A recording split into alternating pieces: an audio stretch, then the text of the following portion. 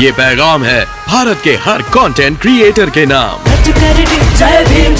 बड़ा सीधा हंसी। जय भीम जय Bhim app available on the play store and Apple app store now. Media बंधुओं, देश की जनता को मैं ये कहना चाहती हूँ कि मीडिया के माध्यम से मुझे ये मालूम हुआ है कि कल कांग्रेस पार्टी के पूर्व अध्यक्ष श्री राहुल गांधी ने हमारी पार्टी व खासकर पार्टी की मुखिया को लेकर जो कुछ टीका टिप्पणी की है, तो उससे इस पार्टी की विशेषकर दलितों व अन्य उपेक्षित वर्गों के साथ साथ बीएसपी के प्रति भी हीन व जातिवादी मानसिकता तथा द्वेष की भावना भी साफ झलकती है। जबकि इन वर्गों के लोगों को अपने पैरों पर खड़ा करने के लिए बीएसपी पूरे जी जान से लगी है और जिन्हें कांग्रेस पार्टी ने अपने लंबे अरसे के रहे शासनकाल में इनकी सामाजिक एवं आर्थिक स्थिति में सुधार लाने के लिए जमीनी हकीकत में कुछ भी ठोस कदम नहीं उठाए। साथ ही इनके मद का सरकारी पैसा भी अधिकांश दूसरे मदों पर ही खर्च कर दिया गया है। इसके अनेकों उदाहरण आप लोगों के सामने हैं। इनको आरक्षण व अन्य जरूरी सुविधाओं का भी पूरा लाभ नहीं दिया है ताकि ये लोग आर्थिक तौर पर हमेशा दूसरों के ऊपर ही निर्भर बने रहे, जिससे दुखी होकर फिर बहुत पहले ही बाबा साहब डॉक्टर भीमराव अम्बेडकर ने इनकी केंद्र की रही सरकार से अपने कानूनी मंत्री पद से इस्तीफा तक भी दे दिया था और फिर इनके बताए हुए रास्तों पर चलकर मान्यवर श्री काशीराम जी ने बीएसपी की स्थापना की, जिसको कमजोर व खत्म करने के लिए शुरू से ही कांग्रेस पार्टी हर घिनौने हथकंडे इस्तेमाल कर रही है और अब तो खिसियानी भी खंबा नीचे की तरह ही इस पार्टी के पूर्व अध्यक्ष अपने बिखरे हुए घर को तो संभाल नहीं पा रहे हैं, बल्कि हमारी पार्टी बीएसपी की कार्यशैली पर जबरदस्ती की उठा रहे हैं, जिससे बीएसपी के प्रति इनकी जबरदस्त बौखलाहट व नफरत आदि की साफ नजर आती है। इतना ही नहीं, बल्कि इससे पहले इनके पिता स्वर्गीय श्री राजीव गांधी ने भी बीएसपी को बदनाम व कमजोर करने के लिए मान्यवर श्री काशीराम जी को सीआईए का एजेंट भी बता दिया था और अब इन्हीं के ही पच्चीनों पर चलकर इनका बेटा श्री राहुल गांधी भी बीएसपी व इस पार्टी की मुखिया पर आए दिन बीजेपी के साथ मिलने का ये कहकर गलत आरोप लगाते रहते हैं। बीएसपी की मुखिया बीजेपी की सीबीआई, ईडी व इनकम टैक्स आदि से डरती है, इसलिए वह बीजेपी के खिलाफ काफी नरम रुख रखती है, जिसमें रत्ती पर भी सच्चाई नहीं है। जबकि इनको ये मालूम होना चाहिए कि इन सब से जुड़े मामले हमने केंद्र में रही किसी भी पार्टी की सरकार की मदद से नहीं, बल्कि सभी सरकारों के खिलाफ जाकर माननीय सुप्रीम कोर्ट में जीते। इसके साथ ही कांग्रेस के पूर्व अध्यक्ष श्री राहुल गांधी का कल सार्वजनिक तौर पर ये कहना कि कांग्रेस द्वारा यूपी विधानसभा चुनाव में बीएसपी के साथ गठबंधन करने व मुझे सीएम बनाने के ऑफर पर मैंने ना कोई जवाब दिया तथा इस बारे में उन्होंने बात तक भी नहीं की है, ऐसा उनका कहना है। ये बात पूर्णतः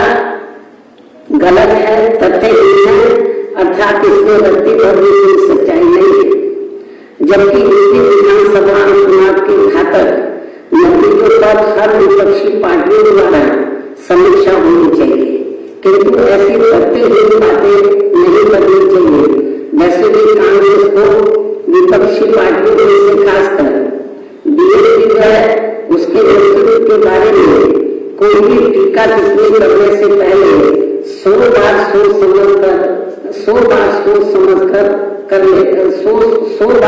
समझ कर लेना चाहिए, कोई भी टीका टिप्पणी करने से पहले कि बीजेपी से लुभा लेने के मामले में उसका अब तक अपना रिकॉर्ड क्या रहा है कांग्रेस पार्टी का। साथ ही बीएसपी व उसके नेतृत्व के साथ कदम कदम पर राजनीतिक संयंत्र दगा व खासकर मध्य प्रदेश व राजस्थान आदि राज्यों में बार बार विश्वासघात किए जाने आदि को थोड़ी देर के लिए बुला भी दिया जाए तो भी बीजेपी के विरुद्ध राजनीतिक लड़ाई लड़ने में कांग्रेस का अपना रिकॉर्ड हमेशा काफी लचर व ढीला है। अर्थात कांग्रेस पार्टी सत्ता में रहते हुए व सत्ता से बाहर हो जाने के लंबे समय बाद अब तक बीजेपी व आरएसएस कंपनी से जी जान से लड़ती हुई हमें कहीं नजर नहीं आती है, जबकि बीजेपी एंड कंपनी के लोग साम दाम दंड भेद आदि अनेकों हथकंडे अपनाकर भारत को कांग्रेस मुक्ति नहीं बल्कि विपक्ष विहीन बनाकर पंचायत से संसद तक चीन जैसा ही एक पार्टी सिस्टम बनाकर देश के लोकतंत्र व इसके संविधान को खत्म कर देने पर आत्म लगती है। इतना ही नहीं बल्कि कांग्रेस पार्टी के बारे में भी हमारे लोग ये बात काफी अच्छी तरह से जानते हैं कि जब सन 2007 में बीएसपी की यूपी में बहुमत की सरकार बनी थी तो तब उस समय केंद्र में कांग्रेस की सरकार थी जिसने जातिगत विरोध की भावना से मेरी सरकार के केंद्र से जुड़े ज्यादातर कार्य रोक दिए थे और उसी दौरान कोर्ट का अयोध्या को लेकर फैसला आना था तो इन्होंने केंद्र से हमें फोर्स तक भी नहीं दिया था ताकि प्रदेश के हालात बिगड़ जाए और फिर इसके आगे यूपी में राष्ट्रपति शासन लगाकर पर्दे के पीछे से कांग्रेस पार्टी यहाँ अपनी हुकूमत चलाती रही। ये उनकी मंशा थी उस समय जिसमें भी ये पार्टी पूरी तरह से विफल रही। इतना ही नहीं बल्कि श्री राहुल गांधी ने भी उस समय आए यहाँ यूपी में मेरी सरकार को जबरदस्ती बदनाम करने के लिए कभी पैदल मार्च किया, आप लोगों को मालूम है जो मेरी सरकार थी, कभी पैदल मार्च किया तो कभी धरना प्रदर्शन आदि भी खूब किया, लेकिन यहाँ दूसरी पार्टियों की रही सरकारों में इन्होंने ऐसा कुछ भी नहीं किया। यहाँ मैं इस बात को फिर से दोहराना चाहती हूँ कि वो हमारी पार्टी के बारे में कुछ भी कहने से पहले केवल अपना खुद का घर भी देख लेना चाहिए कि बिखरा पड़ा है, जिसका बीजेपी भी खूब फायदा उठा रही है। अर्थात इनको दूसरों की चिंता करने की बजाय अपनी पार्टी की चिंता करनी चाहिए, तो ये उनके लिए ज्यादा बेहतर होगा। ये मेरी इनको सलाह दी है। जहां तक यूपी में अभी हाल ही में हुए विधानसभा चुनाव के आए नतीजों का सवाल है,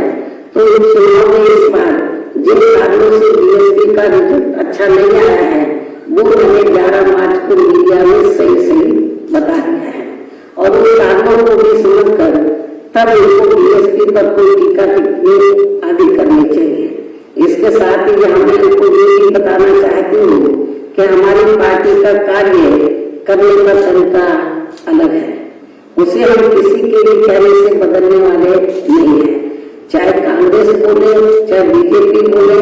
चाहे सपा बोले, हमारा कार्य करने का तरीका अलग है। उसे हम किसी भी कीमत पर या किसी के कहने से हम बदलने वाले नहीं है। विस्तार से जैसे कांग्रेस पार्टी का अपना काम करने का तरीका है, कोई मामला होता तो गली कूचों में चले जाते हैं, चौराहों पर बैठ जाते हैं, बस व घाट यात्रा निकालकर किस्म किस्म के नाटक आदि करते रहते हैं, ये हमारी पार्टी नहीं करती है। इसके साथ ही संसद में कांग्रेस के पूर्व अध्यक्ष श्री राहुल गांधी अचानक उठकर जबरदस्ती प्रधानमंत्री श्री नरेंद्र मोदी जी के गले चिपक जाते हैं। तो ये सब हमारी पार्टी नाटक नहीं करती है, जिसकी पूरे देश और दुनिया में भी काफी हंसी हुई है। अर्थात ये सब हमारी पार्टी की कार्यशैली नहीं है। इसके साथ साथ ये मैं कांग्रेस को ये भी याद दिलाना चाहती हूँ,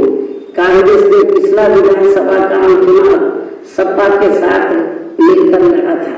तो तब ये पार्टियां बीजेपी को सत्ता में आने से नहीं रोक पाई थी। ऐसा क्यों हुआ, इसका भी जवाब जनता को जरूर देना चाहिए। इसलिए अब संक्षेप में मेरा ये कहना है, कांग्रेस हो या कोई भी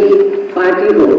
एक दूसरी पार्टी पर कुछ भी कहने से पहले खुद भी अपने गिरेबानी में जरूर झांक कर देखना चाहिए, तो ये उनके लिए ज्यादा बेहतर होगा। मेरी बातों के साथ ही अब मैं अपनी बात यही समाप्त करती हूँ। धन्यवाद।